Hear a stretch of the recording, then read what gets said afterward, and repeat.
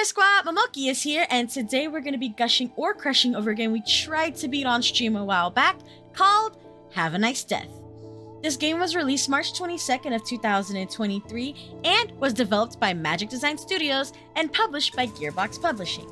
Magic Design Studios has made one other title called Unruly Heroes that appears to be their first game released back in 2019.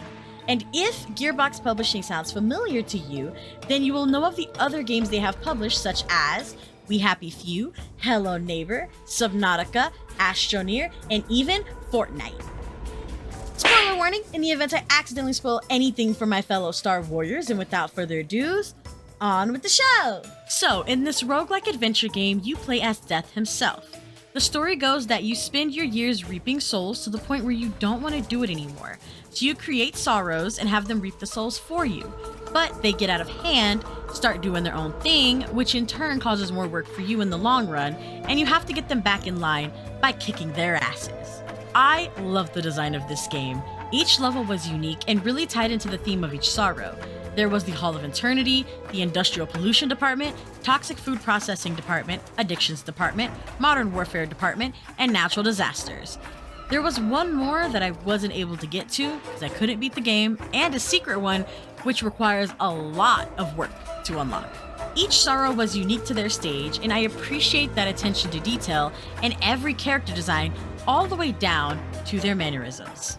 I also appreciated the devs' take on death being a corporation and having each sorrow run their own department, with each department being something that could take a human life.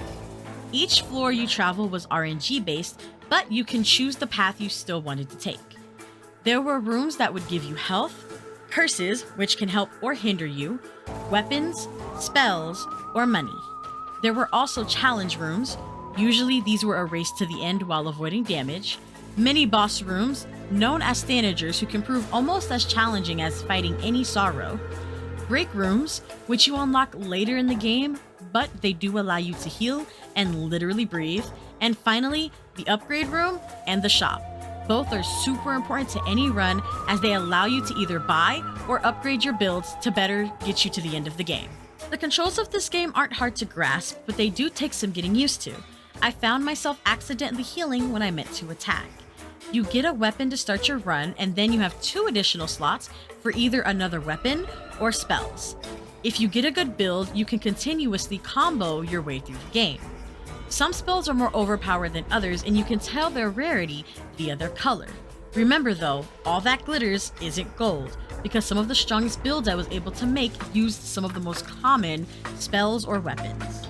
This game was extremely difficult, at least for me. Roguelikes have never been a big part of my repertoire, so it was hard for me to progress at times, which for me greatly reduced the enjoyment of this game.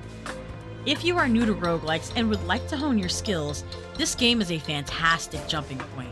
It was a lot easier to grasp than Hades, and a little more forgiving in the difficulty department.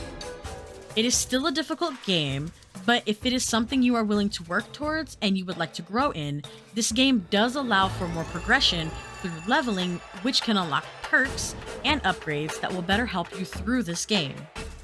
This game does have high replayability due to the level of difficulties, and if you want to challenge yourself and beat it again, but harder, it yields better rewards. Overall, sad to say, this game was a crush for me, but just because I found this game difficult and didn't get the satisfaction of fully beating this game, doesn't mean that this game is bad. Quite the contrary. Have a Nice Death is a well-built, well-balanced game. You can tell that the devs took their time by making sure this game was hard, fun, and it is possible to beat if you're willing to put in that time and that work. This game is available on Steam for a solid $25 and is only available on Switch. Sorry, console players. If you've played this game before, let me know. Do you have different opinions than I? Let's open up that conversation. If there are any other indie titles you would like for me to check out, leave them in the comments below. I'm always looking for more games to play. If you want to watch me play these indies live, you can check me out at twitch.tv/Momokeas, and all of my other social links are in the description below. The next Gush or Crush will be on Arise, A Simple Story. We are currently still playing this one live. I hope to see you all there, and until next time, be good, shine bright, Don't let anyone dim that light, and stay awesome!